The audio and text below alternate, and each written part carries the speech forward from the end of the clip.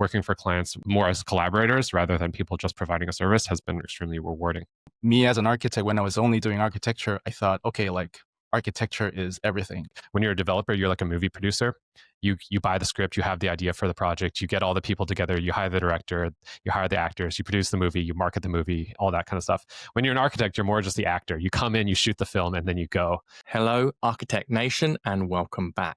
Today, I sit down with Alex Yuen, a San Francisco-based architect and urban designer who has practiced at OMA, Andilla, Scavidio, and Renfro, and now leading his own design and development firm, Co.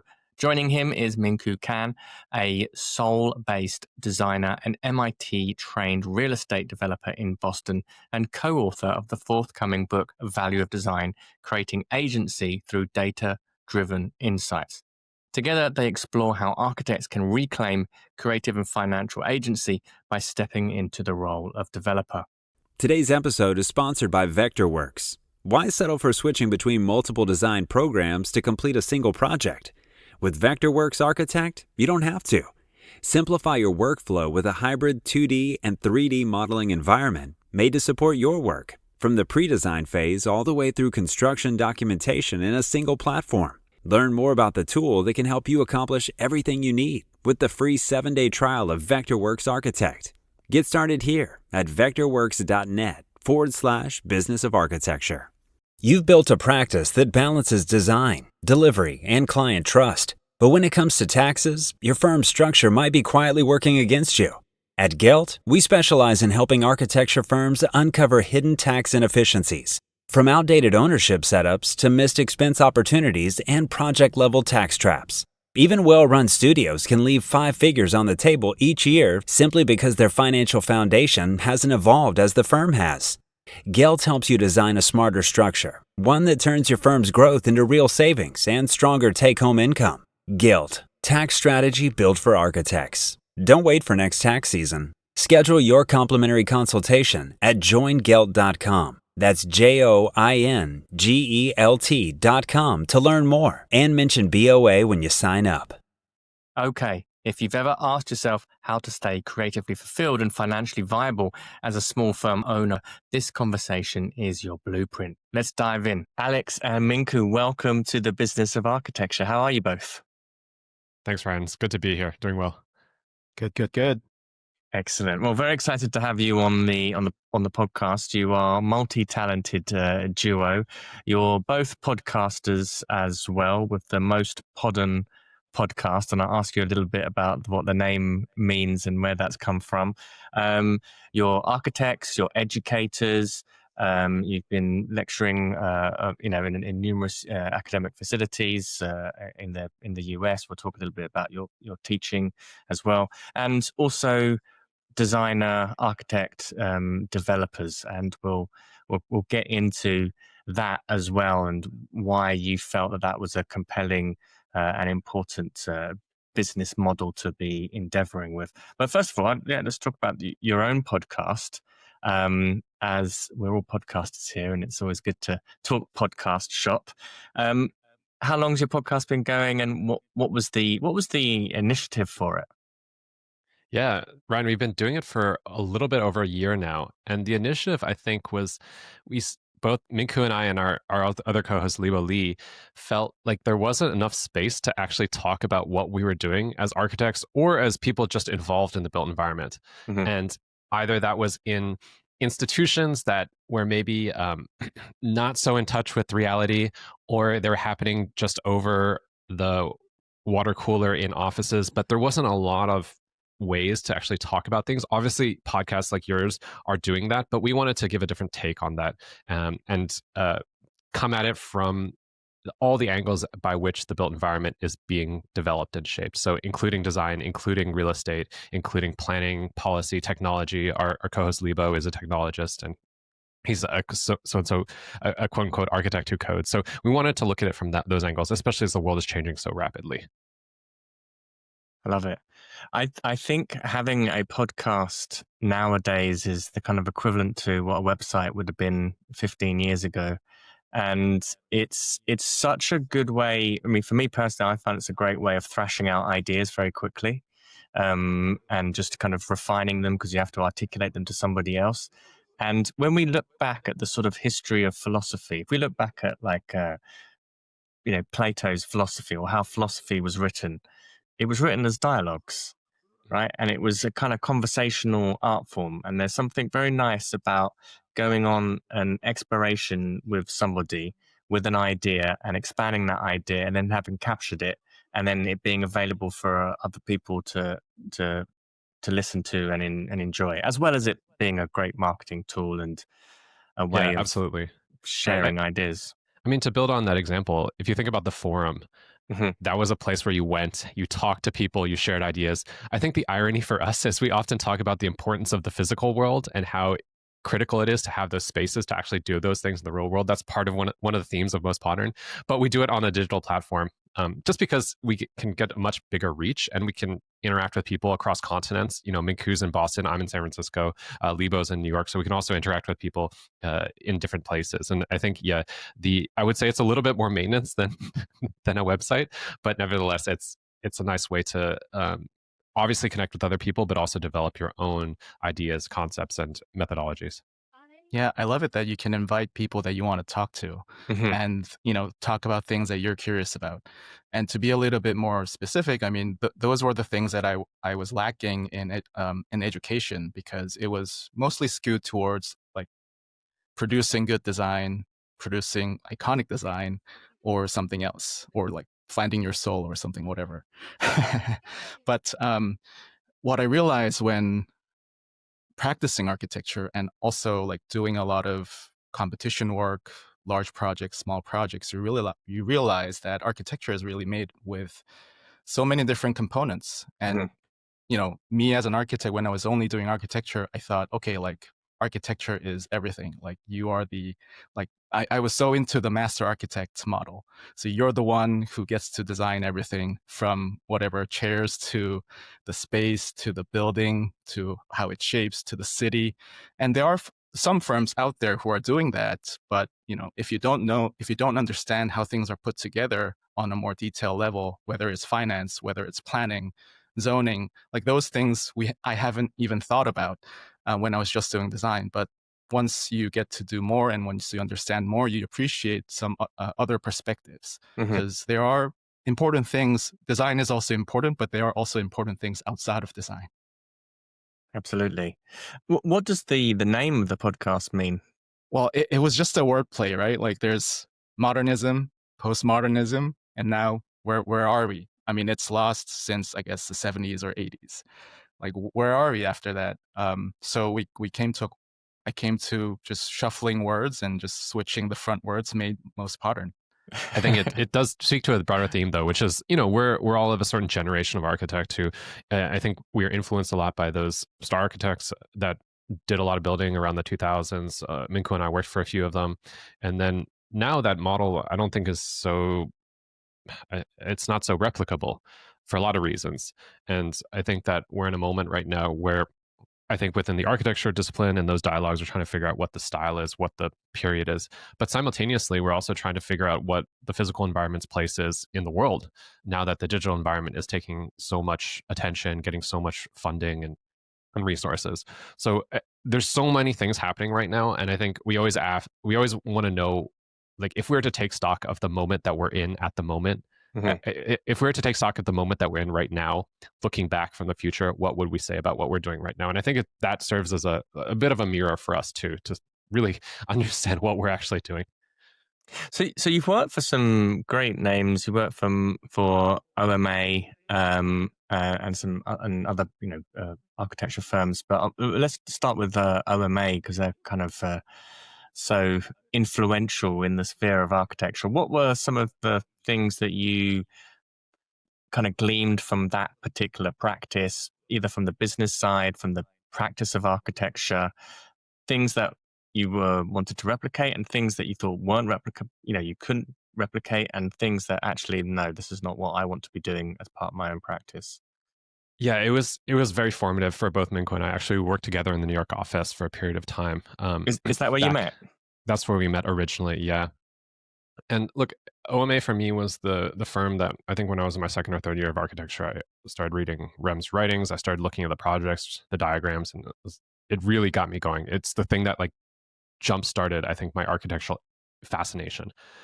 And for a long time, my goal was basically to get an internship there, was to get a spot there. And so I was tailoring a lot of my work. I was replicating a lot of the way I was thinking and writing and speaking towards things that would appeal that way. But that was also because it was fun. I mean, I liked it. I enjoyed it, you know.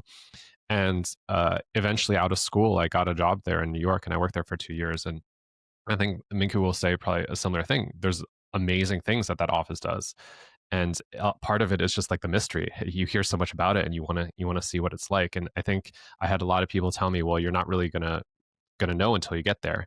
And yeah, there's really long hours. There's no doubt about it. You're really intense about everything that you do, but that's probably the best thing about it, but also the probably the most unsustainable thing about it. And so, you know, there's been a whole lineage of people who have gone through that process and almost as like a finishing school and then gone on to do their own thing. And I think that for me, I always thought that that was an opportunity to really hone my skills, work with amazing, talented people who really cared about design. I probably learned more in 6 months at OMA than I did in 3 years of undergrad, I would say, just because you're in it all the time and you're working 3 times as much as most people, actually, to be honest. Um, and that intensity is just, it's always there. And I think one thing I would say about that office is whenever we came up with a solution, it was always the nth solution. It was always the nth option, but you knew that that was the one. There's never, you were never ever settling for good enough. And I think there's always a comfort there, but there's obviously, you have to put a lot of work into it. I Yeah. think it was very interesting what you said there about it being a finishing school, and it is quite fascinating with some of these architecture practices. Is they actually end up giving birth to, you know, literally just a generation of other architects who have kind of been through that experience. Exactly. Yeah. Yeah. And I think, I mean, of all the firms, OMA has produced probably the most, has birthed the most other firms that are like similar to that. You know, if you think of big Zaha Hadid, Mhm. Junie Gang, those firms are now in the position that OMA was 15 years ago. I think it's because the focus of the firm was never about the form or the end product as in architecture. It was more about the way of thinking. And that's Mhm. how I view the firm now, is the approach to architecture was it was undefined. So that's why you have to put in those hours to basically convince yourself, and not just Rem, but yourself. Like you're doing it and you're trying to find that like one specific answer that responds to all of the constraints and problems that you think this property has or this project has. Mhm. So in that sense, I think what we're doing, like for me at least, the podcasting, development, design, teaching, like those are, if you look at OMA's practice, they have all those elements. They have, I mean, the office was born by a book that was written in 1970s, like Delirious New York. And then they continue to ideate what design is, what city means, what urban planning is, what, you know, what urban living is. And then they also continue to do that, expand that critical thinking through academia and doing research and making research as one of the pillar programs and pillar functions of an architect. To research is basically studying that's not architecture or relates to architecture, and then you try to find that's what's relevant to you. So I mean that approach was the key takeaway that I had. I started working in the Rotterdam office in 2012, and that was my first job out of college. And I studied in Korea. I studied actually interior design, and then I went to Russia. I was the first graduate of Strelka Institute in Moscow, and that was Whoa. a research institute. And that's where I met Rem. And after the first year, I guess he liked my project, and I got to work at the Rotterdam office right after that. And then since then, it was a really good ride. It was a roller coaster ride, but it was great. I was young. I was in my 20s. You get to travel. You get to do all these amazing projects.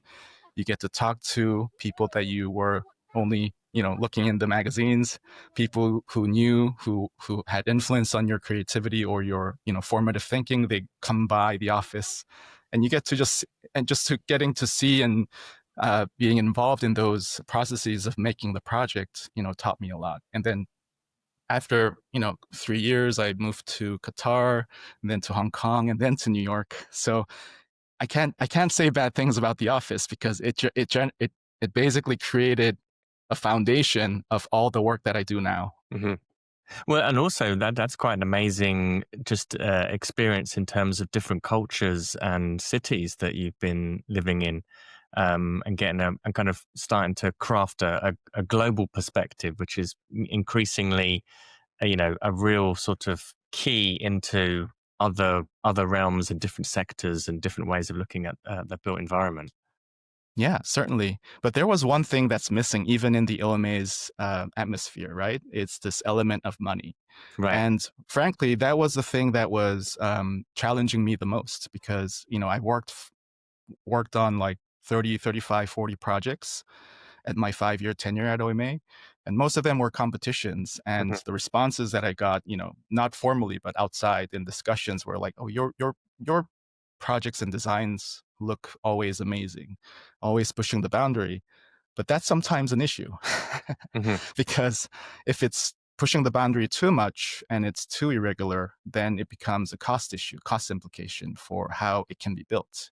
And I think during my tenure from 2012 to 16, even in the office, I felt a shift from the project being more kind of museum, master plan, civic focused to commercial focused because they had to sustain the office. Right. And most of the commercial projects were coming from the New York office. So I think there was a shift in that time frame, even in the overall kind of architectural landscape. That's interesting, just to kind of see how the business matures, and how it actually, there's a certain scale as well. When you've got that many people into the office, that the business needs to be able to be much more reliant and predictable in terms of its commercial outlook. What did you? That's again, what kind of experience did you get with the business side of architecture working at OMA, if any? What sorts of things did you see that they did well? What sorts of things were you like, I think for me, it was all about freedom. It was all about freedom. I think that, 100%. yeah, I mean, that's the amazing thing about the office is that you're free to do anything. And I'm going to get to your question in a second, Ryan, but to go back also, what's amazing about OMA is that it doesn't matter who you are. I think there's the fact that the office is not named after anybody in particular means that authorship is quite spread out and shared, which is really nice. I mean, when I first started, I think my first week, I proposed the idea for a competition, and that scheme ended up winning. Like that's the type of thing that wouldn't happen in a lot of offices with more hierarchy. But regarding business, you're not exposed to much. I mean, you're there grinding on Rhino and Photoshop or in the model shop, and you're creating. And somehow all the business takes care of itself. But I think there was a moment, no one said this explicitly, but there was a moment when I realized that a lot of the pressure that was on you as a person, as an employee, was because the business maybe wasn't prioritized. And, whether it comes to just fees for projects or your own time, it just wasn't it wasn't the most important thing. I think the creation was, but that had a cost on you. And like Minkoo said, when you're young and you're eager, you're willing to put up with it. But also thinking towards what you would want to do after that. I think a lot of people go into OMA thinking they want to start their own firm. You realize that it's probably not replicable.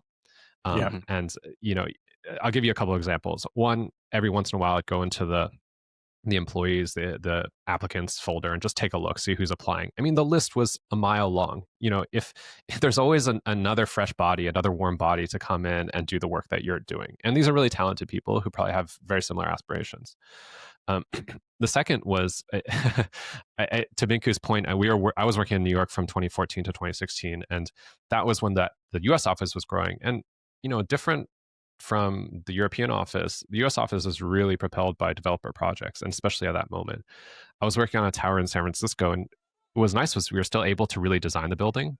But I remember one day stumbling onto the fee for the project, and I was aghast I didn't really have a sense of dollars and cents at the time, but I was aghast at the fee of the designer fee relative to the cost of an apartment, and I would say they weren't too dissimilar. I mean, one OMA fee would buy you potentially one unit within the building, and I just thought that that's not, there's 10 of us working on this project. That's not a sustainable way to run a business potentially. Well, no, and as well, when you're talking about the huge amount of input and hours, like overtime that people are working, the business again starts to get kind of deformed. But again, Yeah. interesting in the sense that I get the idea that a lot of people, it's a big name architect firm. People want to get that branded on their DNA, and there's a lot of value as an individual going there and working flat out for 3 years, getting the OMA experience, and then saying, right, I'm out, because it's something that you get to, it will stay with you for the rest of your career. There might be ideas, there might be fun involved in it. It's an unusual, it's a different kind of value proposition. I know that there's a lot of talk in the architecture industry nowadays about the exploitation that happens in architecture practices, but there's other weird value proposition that happens where people are kind of doing it because there's a payoff for it in the end. Absolutely. I think the question about time and work hours is a little bit, it needs to be a little bit more nuanced. I do agree that there are moments when one can be exploited, but I would always tell myself when I was up late, like, I chose this, and I also knew that I needed an exit plan. I mean, beyond just the experience and the input and the authorship that you get on these really cool projects, you also meet amazing people. Minkoo and I met there almost a decade ago, and now we're still collaborating on a lot of projects now, And I would say there's one thing about the process that Minkoo mentioned is, if you meet somebody from OMA, you kind of get it. You understand how each other works. And so I know people who've come out of the office who are working in Europe, who are working in Asia, who are working in the Americas, Latin America. Whenever I meet up with them, we can always reminisce about the good old days, but I know that I can work well with them because we have a similar way of going about things and solving problems.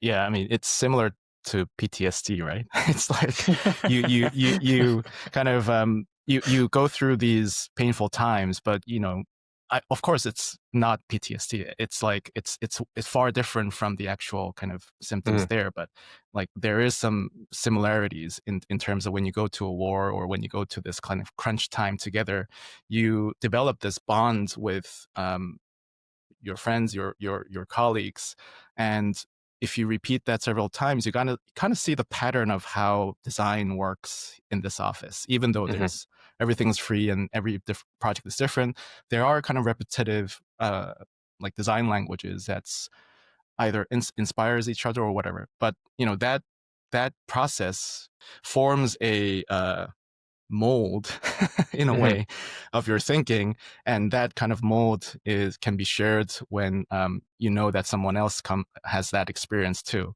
So and in terms of the skill set, I think because it was such a free environment, I can say that the skill sets that I picked there, which was mainly finding ways to explain and conceptualize an idea and communicate that, was, I think, the strongest feature that I brought to my heart. And also, when even doing development, that turns out to be the strongest focus that you have to put out there, because what's a developer without communication? That goes the same with what's an architect without communication, because no one does this work by themselves. Absolutely. So how did you two then start collaborating and working together? What was the sort of genesis of you actually doing something independent of what you were doing at OMA?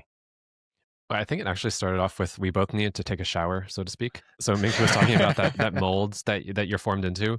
I think when I came out of OMA, I realized I could do that work pretty well, but I also knew that I wasn't going to be successful by replicating that. Yeah. Just seeing the inner workings of that office, like, they have so many more resources, history, brand, all that stuff. And I think that's one pitfall a lot of people who come out of OMA, who graduate, think that if you just copy the model, it's going to work. It isn't. No. So for me, I went to graduate school at Harvard, and I studied urban design, which I think was always the way I thought about architecture. We talked before we started recording about it. I grew up in Hong Kong. I think I've always equated cities with their buildings and vice versa. And so tried to, and at the office at OMA too, that's obviously part of the ethos. So I went there and I studied and kind of tried to reformulate my own, my own ideas, which is where our paths crossed again. Right. Yeah, it was a coincidence. I basically was burned out in New York office in 2016 to a point that I just couldn't go to the office anymore, like physically. So Wow. I decided to stop and find another way. But at that until that moment, OMA was my all like experience I had, and I thought hardly like, what can I do? Can I get a job? I mean, if I go to another architecture firm now, like what can I do seriously? And the answer was like not much, because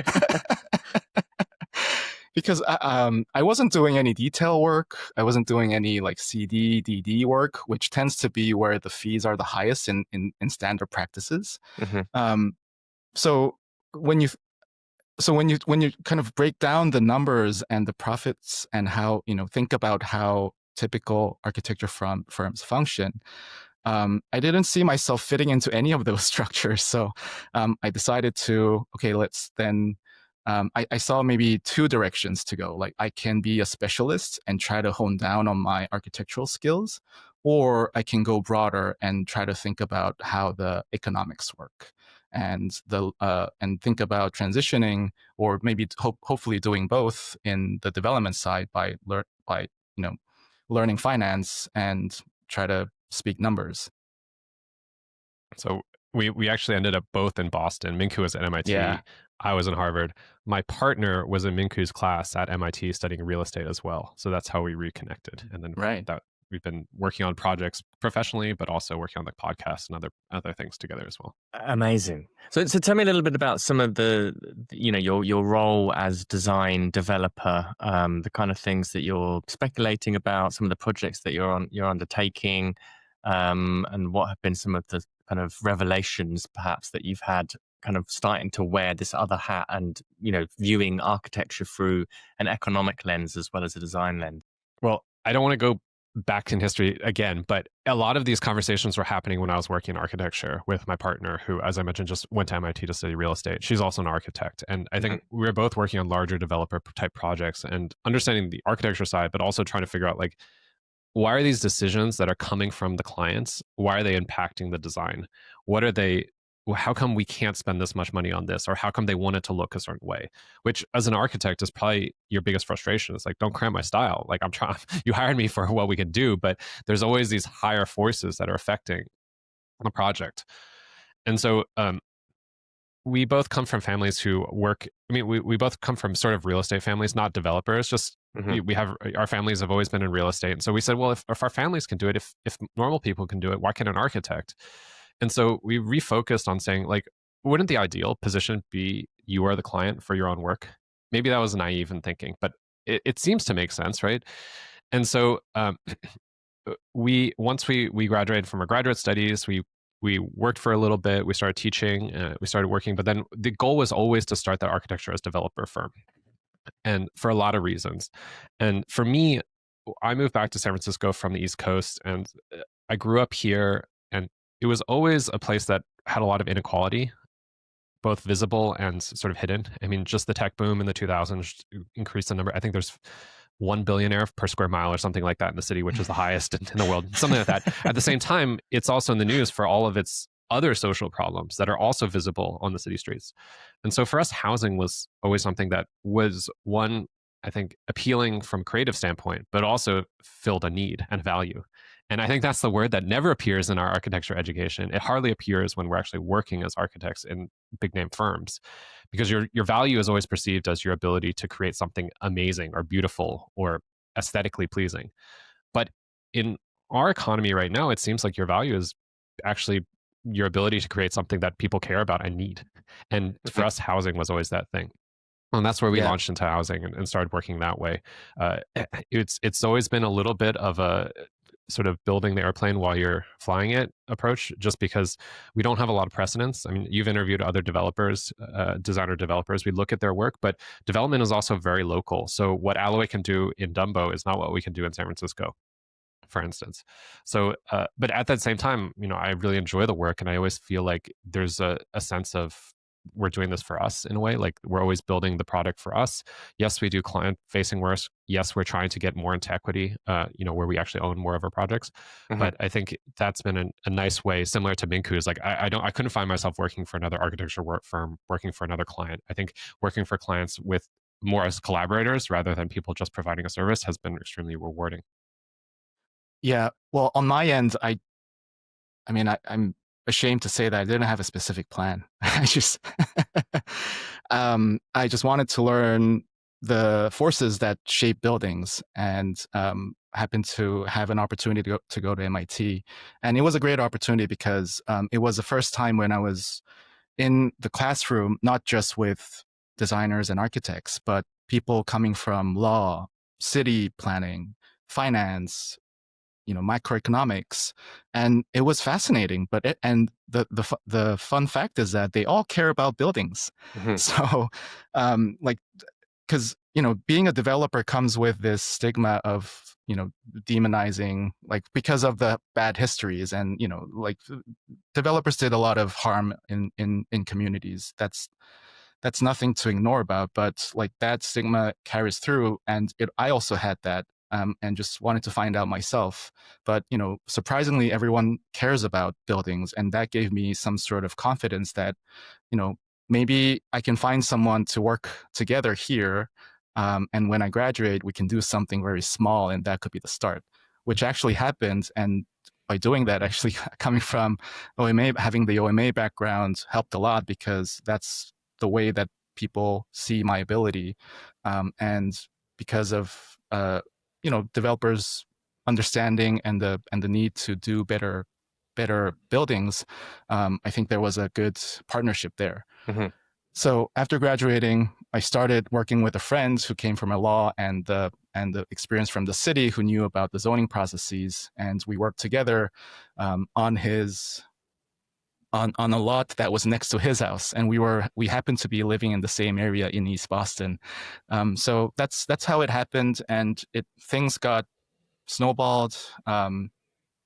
And I designed it. We went to the communities and all that, but then COVID hit, so it went to a stop. But then that opened another door to developers such as like Transom or place tailors, like those type of kind of design for developers, but operating on a smaller scale, are all here. So I got to find a community there to continue producing work in multifamily and housing side, not just on the high end multifamily, but more about the workforce housing. And then you get to work with like the local communities and the cities, and yeah, I mean, since then I just try to continue the work and try to maintain this perspective of an architect trying to do good through your project, and that's been the journey so far. Could you walk us through like the initial projects that you guys have both kind of been involved in, and what were some of the major obstacles and risks that you had to overcome? I can go first on that. So the project that it's not the initial or the first project at all. I have a couple finished at the moment, but there's one project that has been going for more than 4 years now. And when you're an architect, you always wonder like about these clients where I did the design, but I never hear back from them. This was the incidents that I could understand why. Well, the project is in a neighborhood called Roxbury, which is a heavily Black American neighborhood. And I got to partner with the property owner, who had this ambition of developing his lot where he lived, where he raised his family for over 30 years. And he had a strong connection with the community. And he was also an active member of the community. So he thought that he had good support from the community. So he wanted to add more density to his currently single family home. So I worked with them. We designed the project, but we thought it will take the zoning approval and the permitting will take 1.5 years. We're still going on in year 4. So that was a real surprise, thinking that, when I was a designer, I thought yeah, community meeting. Like everyone likes good design, don't they? Like if I just present what I have, they'll all like it. And that naivety was chopped down on at the first meeting because no one cares about your aesthetics or design. And, it's frankly recommended not to even present aesthetics related content in these community meetings because um, you realize it's more political than you think, these processes. And because of these processes, the expenses are also unpredictable because the process isn't predictable. So that was the first obstacle that I, had that I had to confront. Yeah, Ryan, we're working on a project right now outside of San Francisco that's 100 units of affordable housing. We work under a larger community developer, what you call a nonprofit affordable developer, because we are able to unlock certain funds from the state and from the federal government that require not only a balance sheet but also the ability to operate and to maintain these projects. So we're working on services as both the development manager and the architect on this project. Now, I think a similar thread to Minkoo, this project's been going on for 3 years and it's still waiting to be financed. Like the process takes a really long time. I should mention that my office is called collective operations. The idea is that we do it sort of all at once. And I think that's been really fruitful because despite the fact that this process has taken forever, it feels like, we're always up to date with what's going on. So I handle most of the design work. My partner handles most of the finance work, but I can always ask, hey, what's the status of the finances or how much money do we have right now? Where can we allocate our resources? Where can we put more design focus? Where can we make things nicer? Where do we need to scale back? And I think that alacrity has been really useful given the unpredictability of this type of project. If we were doing this 5 years ago, we probably would have gotten finance much quicker because of interest rates. If we were doing it in the future, I don't know if it'd be easier or harder, but part of the struggle but also I think the opportunity has been being able to think on your feet and try to adapt and try to make sure that the project keeps moving forward despite all this uncertainty, which whether it's coming from because of bond rates or because of what the president says or because of what the community member says, I think that's something that you start to have to adapt to much more when you're in the developer's seat rather than when you're just simply drawing what the project's going to look like. Yeah, which I haven't frankly thought of as even existence when I was just doing design. In terms of your own personal risk, and obviously this is something that kind of becomes on whatever scale architects are working at when they step into the world of development, there's something that you've got at stake, which becomes a real mindset shift. How have you guys, what have you had to do in terms of mitigating your own financial risks, and what sorts of things have you been putting up at stake, if you like? I think there's this misconception that the developer pays for the entire project. I think when you're an architect, you're like, okay, this building costs $100 million. That means the developer has $100 million in cash that they're bringing to the contractor and handing over, and here, go build the building. It's absolutely not how it works. There's a cash waterfall, and the developer has its own investors, which when you look back on it, I think I realized a lot of the pressure I was getting when I was working at places like OMA was because the developer was worried about their risk relative to their investors. So, I mean, it's similar to a home. Most people don't buy a home by buying everything all in one, right? I mean, if you can, that's nice, but even then, it's probably a misallocation of your resources. You'd probably leverage and get a mortgage. So I think for a lot of our projects, we're looking for that opportunity too. Like some of the projects we start off on, mostly services, so it's still just our time, and so the risk is not financial at all. But at the same time, we recognize that in order to grow, to build a balance sheet, to also build assets that can then cash flow and allow us to take greater risk in the future, we do have to manage that risk gradually over the course of the firm. And but I think we're doing it we're being more conservative than you would think, and I think that was one of my shortcomings or my naivete when I first started. I was on Zillow, I was on Redfin every day. I was like, oh, this building, I could buy this building, I could do this building. All I need to do is contact some friends and family and try to scrounge up some money. It doesn't work like that. And I think that you also have to wait for the right opportunity. And it's a little bit hard because you're not dealing with stocks. You're not dealing with other assets that are much more easily liquid. Like you're dealing with one project. And if you allocate your resources to one thing, it's going to be harder to do it for something else if another opportunity comes up. Well, that's always been, very interesting. When architects are kind of, when you're getting started in development, is like, how do I deploy my capital? And what am I losing by, let's say I'm doing a small project and I suddenly get other investors involved in it. Now, what happens to that creative freedom that I was aspiring for, versus, well, if I go in all of it, with my own cash, that's all the money that I've got onto one project. Now there's a huge amount of risk if it goes wrong. And actually, am I as free as I wanted to be? Because now I'm thinking about things in a totally different way, and there's other kind of risk. What for you? What has been the kind of, you kind of started to allude to it there a bit.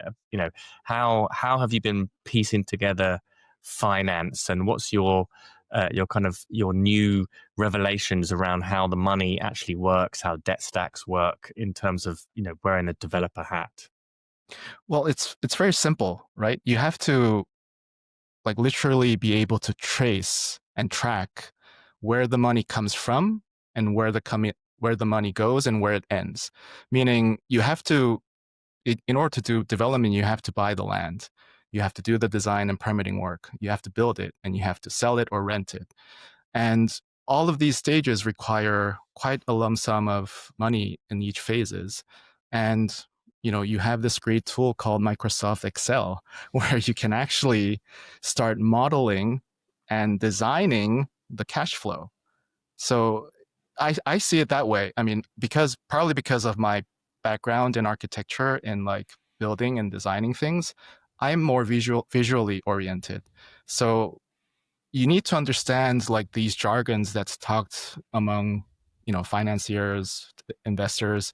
Like they all have an impact in a project and how the project is shaped.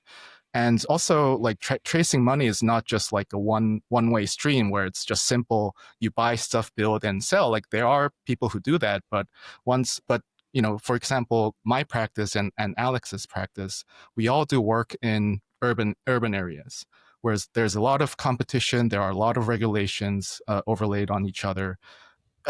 Developer is essentially taking that role on the driving seat, try to maneuver as a representative of this project and make things work.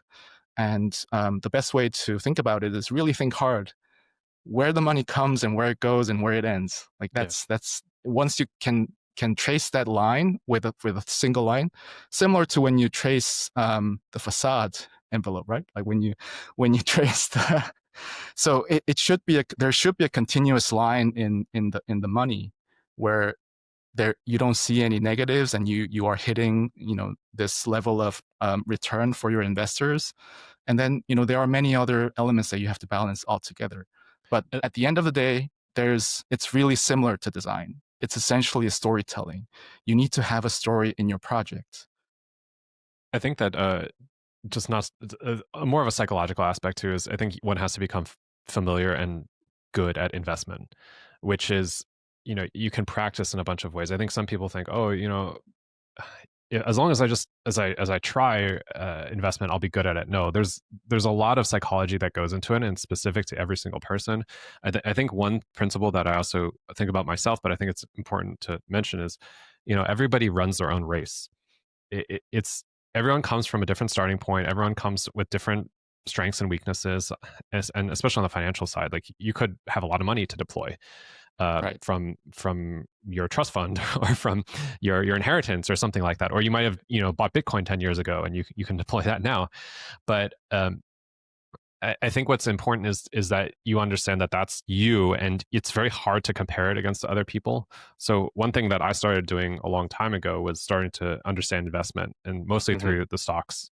Mostly through the stock market, and just putting a little bit of money, losing a little bit of money, winning, getting a little bit of money, selling, making profit, paying taxes, all that kind of stuff. I think that really also helps you understand how money works, especially for you individually. I think when it comes to real estate, though, one thing that helped us is we also got in as investors. We syndicated on some small projects early on, and so we could also see how somebody manages that money. So just 5 to 10%, especially when you're dealing with urban environments. That's buying property in San Francisco is really expensive, so you can't afford to go all in. But being a part of that and seeing the ups and downs also helps. So. On top of all this, I think is just you have to have a very long-term outlook. You're not doing this as a quick project. And I think architects are they're used to the sort of 3 to 9 month timeline to design a building, maybe longer if you're going to do the CDs and the CA. But also the point where you can like manage a bunch of projects at one time. When you're doing development, I think you're mostly focused on one project at a time. You put a lot more eggs in one basket and you put a lot more attention to that. But your hope is that in the long term, it'll pay out much, much more. I think one analogy I often use is like when you're a developer, you're like a movie producer. You buy the script, you have the idea for the project, you get all the people together, you hire the director, you hire the actors, you produce the movie, you market the movie, all that kind of stuff. When you're an architect, you're more just the actor. You come in, you shoot the film, and then you go. And so, unfortunately, we're not as entertaining as actors, so we don't get compensated nearly as much when we're architects. But I think there's a totally different time frame when it comes to development, as opposed to just simply designing the building. In terms of your teaching practices, how has this development experience influenced the way that you educate younger generations of architects? We were talking before we started recording. I was lamenting at my own architectural education at how money was something that was never mentioned, and you quickly learn, when you're running your own practice, that just even designing to a client's budget, it was something that we've never actually been formally trained in, but yet the client is actually entrusting you with a lot of money to be able to produce such a service. How has this experience influenced your teaching, and how does teaching influence your both your architectural practice and your development practice? So I teach at MIT. I teach real estate development studio, actually. So my students are not all architects. Okay. It is a good blend of some architecture students, some planners, investors. So I get to take it's not just me. I have a team of lecturers that takes specific parts of the studio, and I get to, because of the OMA experience, I get to have the fun part, and I can romanticize about design and buildings. So when you ask like what I do, I try. The day-to-day of my development work mostly deals with presentations, spreadsheets, balancing them, maybe tweaking some drawings here and there, but I don't get to do the actual design that much. But on the studio side, it actually benefits me and keeps me going, because on the studio side, I can help the students who are non-designers think about how architects would approach this.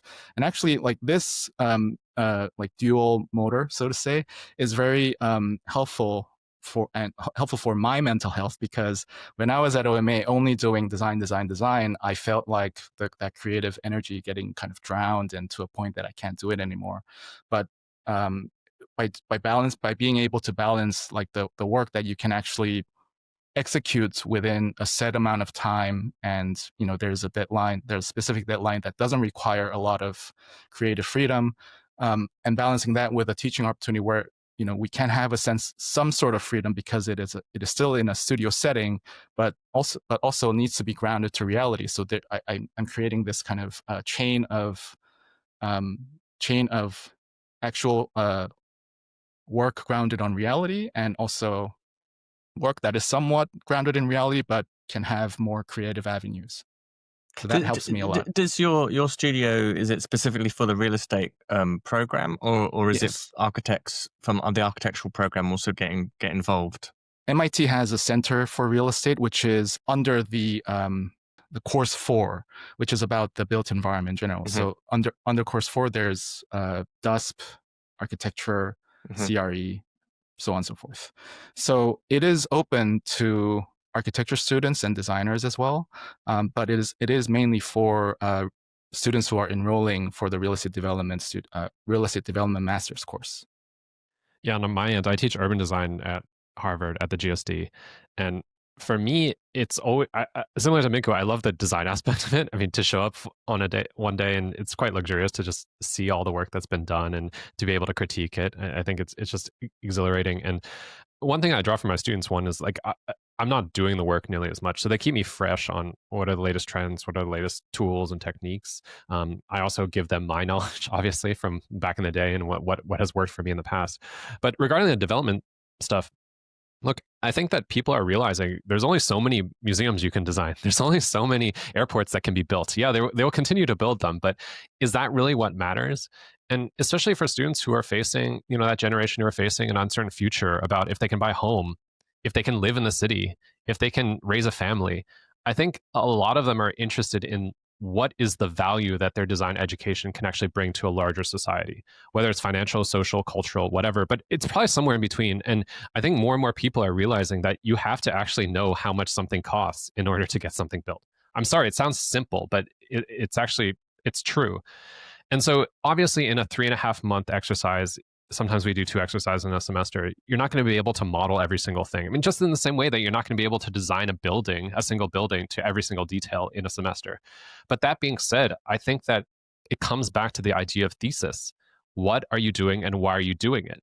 And if you can't present that both in cultural, design, formal, aesthetic, but also in financial and economic terms, especially when you're doing urban design projects, which are going to take a ton of resources. I mean, we put one block in a site model in Rhino, and we imagine that that's an entire building. That's going to be millions of dollars spent somehow. So you have to tell us why that's going to happen. So I take a very somewhat a loose but focused approach on economics, basically saying, why would someone do this? Similar to Minkoo's story, if you showed this to the people who live there, if you showed this to the local, the town, what do you call it, the sort of planning commission or the community board, would they like it? And what value are you adding? I think one thing that I think development always does is it really focuses you and makes you think, how can I add surplus value? Is this extraneous? Is this necessary? Is this just something I would like to have? Or is it something that really benefits the project? And so I think in terms of teaching, I found that this generation too is kind of aligned with that. I think there's a little bit of a disconnect between the older generations who are still teaching at the end of their career and others who are trying to get more information about, actually how the built environment comes together and how finance actually plays a role in that. Yeah, I mean, we just talked right before that I have no clue what interest rate means, but it is very important. Like even if it's a 0.5% or 0.25%, it's very important. And I think there is a real need for architecture schools to educate their students on the basic finances at least, and think about how buildings get together and what are the resources and the like consultants, or what are the stakeholders essentially that you need to work with to build a project. Frankly, I think the architecture students just lacks that understanding and not trying not to care about it at all. Even not just the students, but even the day-to-day practitioners. They probably don't want to think about it because they're already quite busy with their work. Yeah, and to add on to that, I mean, what are the things that architects talk about a lot that are important? Sustainability, social justice, affordability, all those things. How are you going to make a building that's more sustainable if you don't make it more affordable? How are you going to lift people out of poverty if you don't provide buildings that are actually buildable because you can pay for them because they pencil out? If you don't understand these mechanisms, I really think that you're talking about through both sides of your mouth when you're talking about these other issues. They're all connected right now. If you look at politics right now, if you look at the way people are voting, they're voting with their wallet, not with their eyes. No one shows up to a building and is like, oh, I really like this brick detail. I think I'm going to drop 20% more just to buy it. If you're really privileged and you have that opportunity, great. But most people don't. And I think that we're in a phase right now where we should probably be designing for most people rather than a select few. Absolutely. Look, there are trust fund developers out there who design uber expensive detailed buildings, so there is a market for it. But let's talk a little bit about the book, The Value of Design. You flashed me a copy of it earlier on.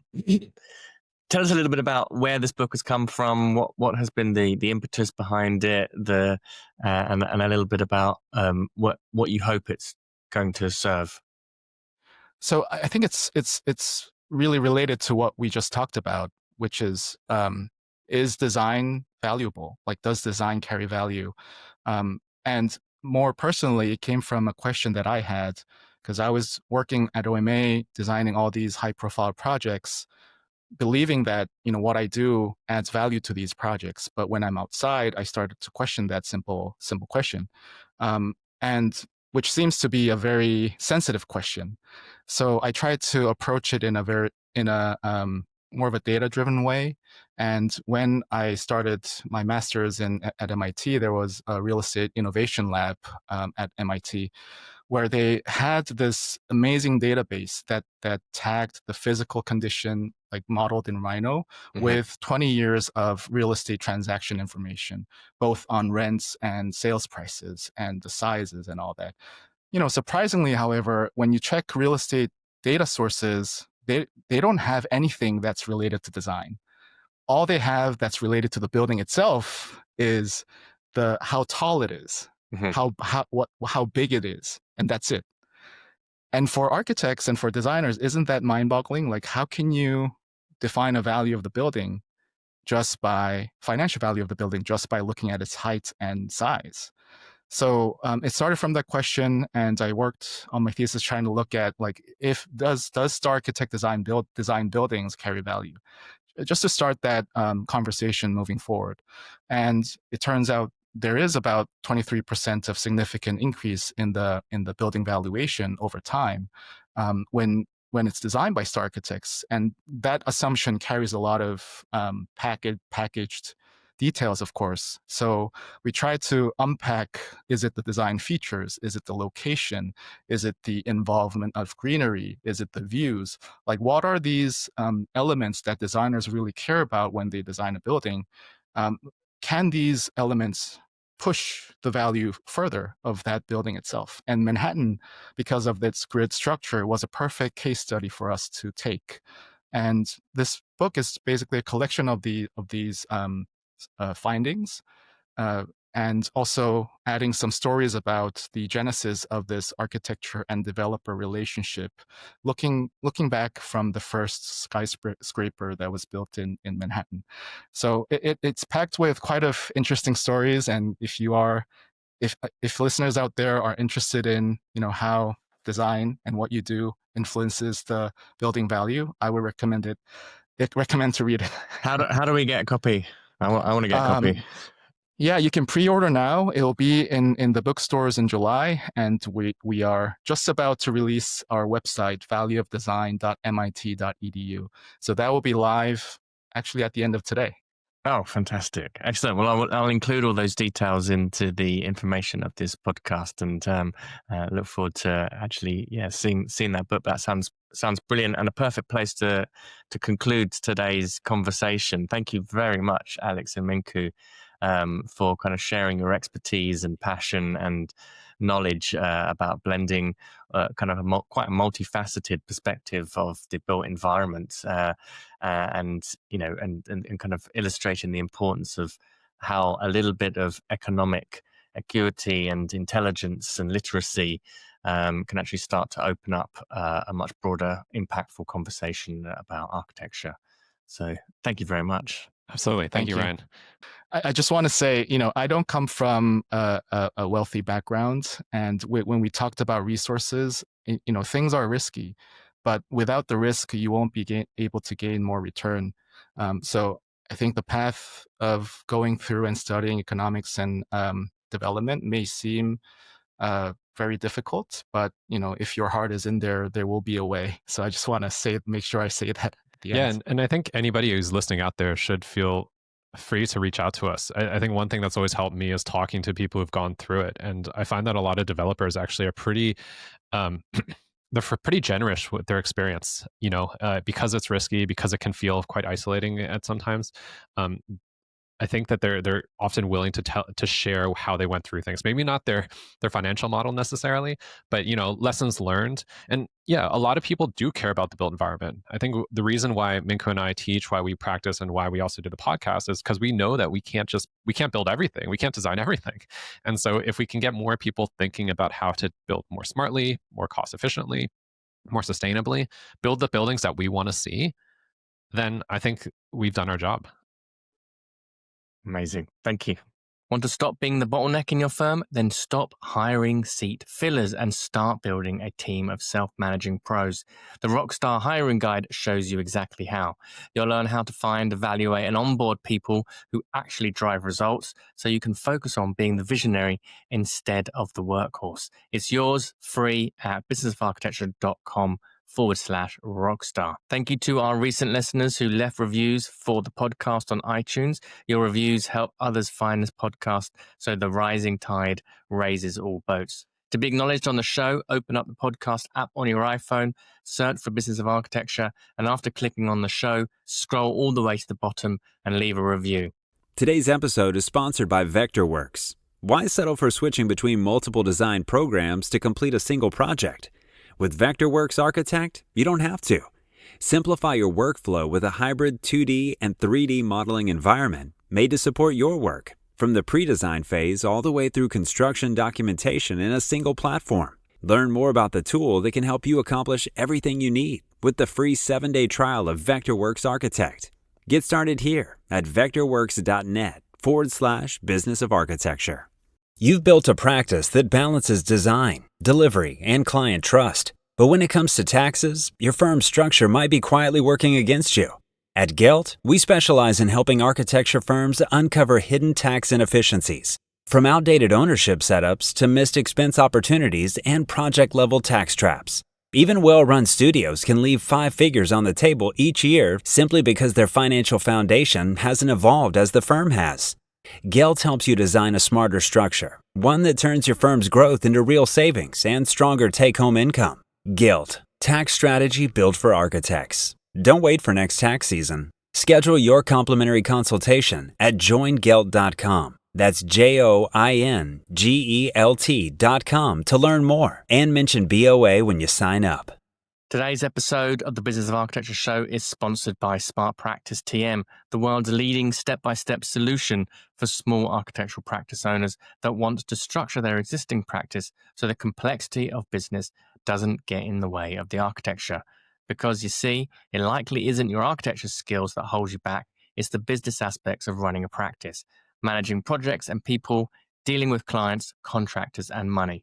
So if you're ready to quit being a glorified administrator and get back to architecture again, go to smartpracticemethod.com to discover the proven, simple, and easy to implement smart practice method that is revolutionizing firm management for owners and teams. Hey, Ryan Willard here, and I want to thank you for joining us today and remind you that the views expressed on this show by our guests do not represent those of the host, and we make no representation, promise, guarantee, pledge, or warranty, contract, bond, or commitment except to help you conquer the world. Carpe diem.